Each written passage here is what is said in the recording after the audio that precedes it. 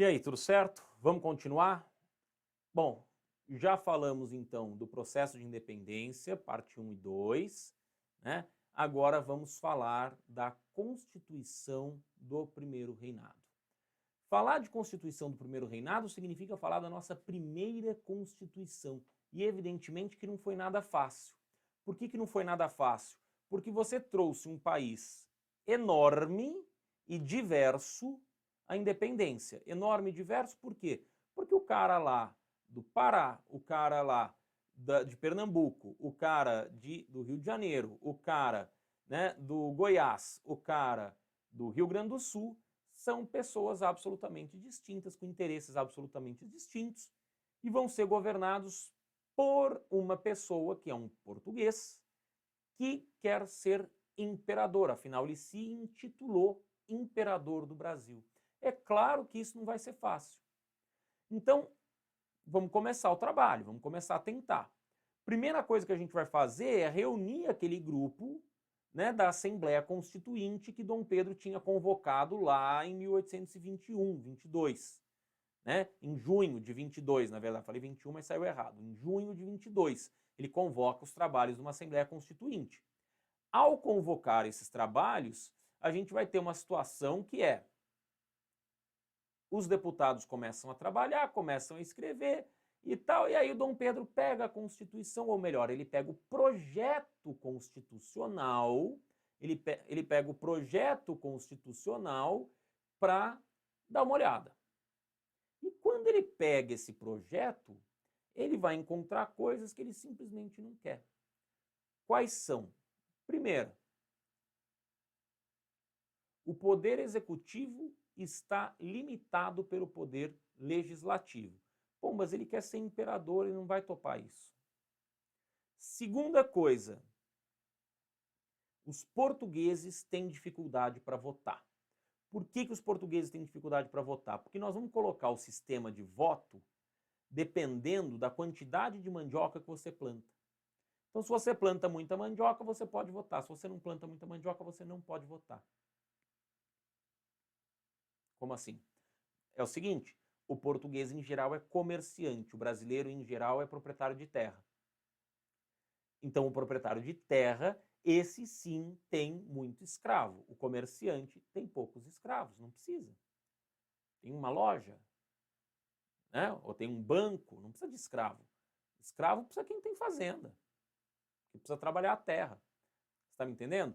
Então, essa situação significa que o Dom Pedro vai ficar absolutamente frustrado e vai soltar aquela frase que você deve ter aí no seu caderno, né? Quero uma Constituição à altura do Brasil e de mim.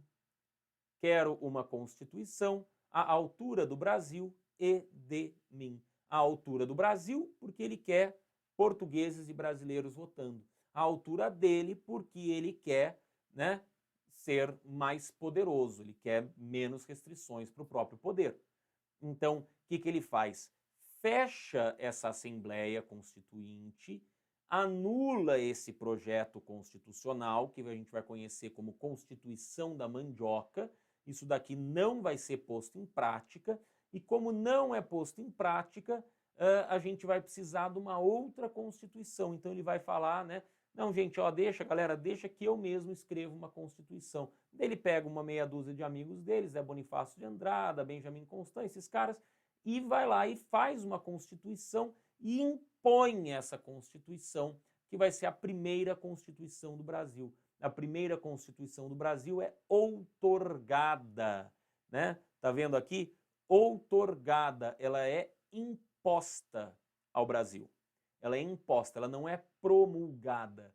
Ou seja, ela não é uma Constituição que o povo participou da elaboração. Ao contrário, ela é uma Constituição em que um grupo de pessoas fez e impôs essa Constituição para a população como um todo. Tudo bem?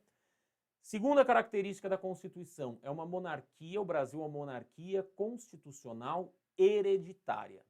Monarquia constitucional hereditária. Eu tenho um rei, eu tenho uma constituição e o poder do rei é transferido de pai para filho. Monarquia constitucional hereditária.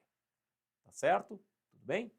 Depois, o catolicismo é a religião oficial do Estado. O que significa isso? Que os documentos da igreja valem como documentos oficiais do Estado. Né? Você quer abrir uma conta no banco, basta você pegar a sua certidão de batismo, que ela serve como certidão de nascimento. Né? Isso quer dizer que o calendário religioso se mistura com o calendário do Estado, ou seja, quando é algum dia especial para a religião católica, é um dia especial para o Estado. Né? Então, isso mistura as duas coisas. Outra característica, igreja atrelada ao Estado por meio do padroado e do beneplácito. Padroado quer dizer que o imperador tinha direito de interferir na hierarquia católica, e o beneplácito quer dizer que o imperador tem o direito de dizer quais novas regras serão obedecidas e quais não serão obedecidas dentro do catolicismo brasileiro. Isso dá um poder imenso para o Dom Pedro II e para o Dom Pedro I. O Dom Pedro I passa por isso ileso. O Dom Pedro II vai arrumar uma encrenca com a Igreja Católica, né, que a gente vai chamar de questão religiosa, lá em 1862, em que ele vai ter uma briga imensa com o Papa, vai ser um inferno, literalmente, o que Dom Pedro vai viver por conta dessa situação. Tudo bem? Então, é importante essa relação entre Estado e Igreja.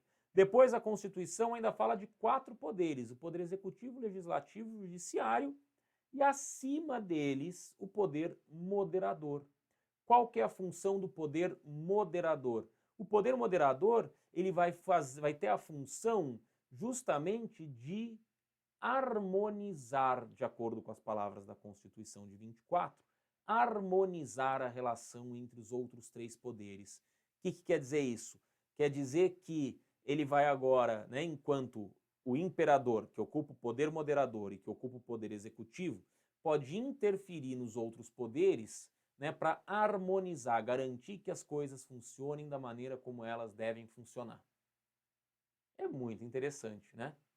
É muito interessante, porque eu estou colocando aqui, né, o meu poder de imperador acima da Constituição. Lembra quando ele dizia que era uma Constituição à altura do Brasil e de mim? Pois é, tá aí. Outra característica, voto censitário e indireto. Complicado. Complicado. Censitário quer dizer que só vota quem tem uma quantidade de renda. Indireto quer dizer que eu não voto diretamente no candidato, eu voto em alguém que vai votar no candidato. Isso elitiza o voto. Isso exclui a maior parte da população do voto. Tudo bem? É um voto extremamente elitista. 1,7% da população votava naquele momento. No final do segundo reinado, 3,7% vota. No finalzíssimo, a última reforma eleitoral propõe que quase 13% da população vote. Enquanto isso, na Europa, a gente já tem mais de 30% da população eleitora. Repara como o Brasil está bastante atrasado nesse quesito de participação popular, né, no governo. O censo era de 100 mil réis, no mínimo, né, o que excluía a maior parte da população. A cada 30 homens, 14 são escravos. Dos 16 homens livres, 10 não tinham renda para votar. Desses 6 que sobram, eles vão escolher um que vai ser o eleitor. Então, se eu pegar um grupo de 30 homens, um vai ser escolhido para ser o eleitor. Né? Lembrando que a gente já tira os 14 escravos, né? Para ficar só com os 16 livres. Então, é uma situação bastante complicada. Claro que vão ter uma reação. A reação se chama Confederação do Equador. O que é a Confederação do Equador? O pessoal do Nordeste, Pernambuco, Rio Grande do Norte, Paraíba, Ceará e Alagoas vão fazer uma revolta porque estão extremamente insatisfeitos com o autoritarismo do Dom Pedro, com a pobreza, com os impostos, né? E com especialmente o fato de não poderem participar do poder. Então eles vão querer se separar, vão declarar a independência, né? Vão querer usar uma constituição de uma república, né? E vão ser derrotados e reanexados ao território brasileiro, né? Então Dom Pedro vence mais essa. De novo, contratação de mercenário, de novo, violência. Os líderes, né, Paz de Andrade, Cipriano Barata e Frei Caneca. Cipriano Barata já é um cara que tinha participado de outras revoltas, né? Você que é aí do Nordeste, comenta aqui para mim a relevância do Cipriano Barata. É um cara que já tinha feito várias outras revoltas. Mas essa Revolução do Equador, aqui, Confederação do Equador, ela tem uma característica interessante, porque o Dom Pedro é tão violento, mas tão violento, que pega mal para ele, queima o filme dele. E queima o filme dele legal, porque o Frei Caneca acaba sendo executado de uma forma que não precisava, injustificável, é um frei, e aí o povo começa a olhar para o Dom Pedro I e fala, cara, mas peraí, você que é o imperador, tá de brincadeira comigo. Como é que pode você ser o imperador?